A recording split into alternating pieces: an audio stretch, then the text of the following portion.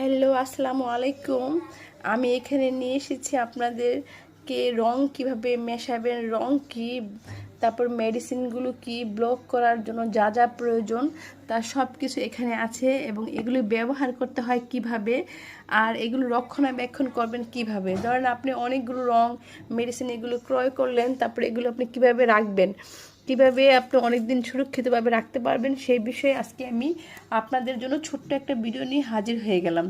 এটা হচ্ছে অ্যানটেক্স, হ্যাঁ, এনকে। এটা হচ্ছে নিউট্রেক্স। এটা হচ্ছে হোয়াইট পেস্ট। এটা হচ্ছে, আমি যেহেতু হোয়াইট পেস্ট বেশি এনেছি, দুইটা হোয়াইট পেস্ট। এখানে বাইন্ডার আছে, আর এখানে আছে বাইন্ডার আমি দুইটা নিছি, বেশি নিছি। তারপরে এগুলো হচ্ছে রঙের স্থায়িত্ব করার জন্য।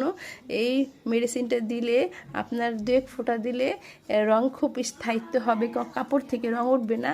আর কাপড় যত্ন করে ইউজ করলে আপনার কাপড় ছিঁড়ে যাবে কিন্তু কাপড় থেকে ব্লক উঠবে না, এই জন্যে এগুলো ব্যবহার করা। আর এই ছোটো ছোটো দেখতেছেন, এগুলো হচ্ছে রং।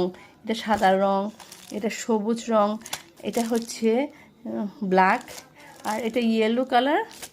তারপর দেখেন এটা হচ্ছে সুন্দর একটা পার্পল কালার, আর এটা হচ্ছে মেরুন কালার।